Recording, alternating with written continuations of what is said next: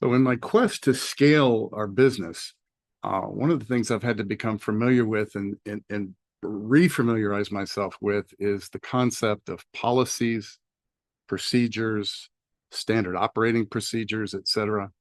And I've really kind of had to recontext it a little bit because I've always looked at policies as rules, and they are. Policies are rules.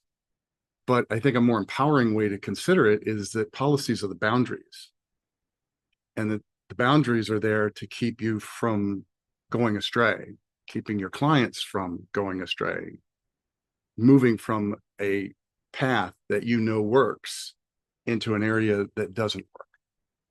An example of that might be last minute changes or last minute bookings for a podcast that you're doing as an example, right? So in that kind of environment, if you don't have a policy around that, if you don't have a means by which of setting those boundaries, then people will you know push it to the last minute because we're human beings and we're all busy, right? So things get pushed to the last minute. Well, that can break things. That can really cause havoc to other people's schedules and to other parts of the process.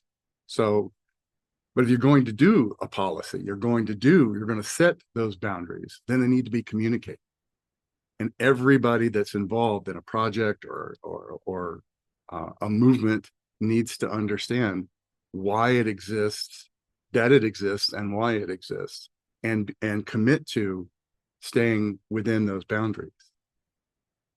Next time around, I'll talk a little bit more about SOPs because standard operating procedures is like a highfalutin word.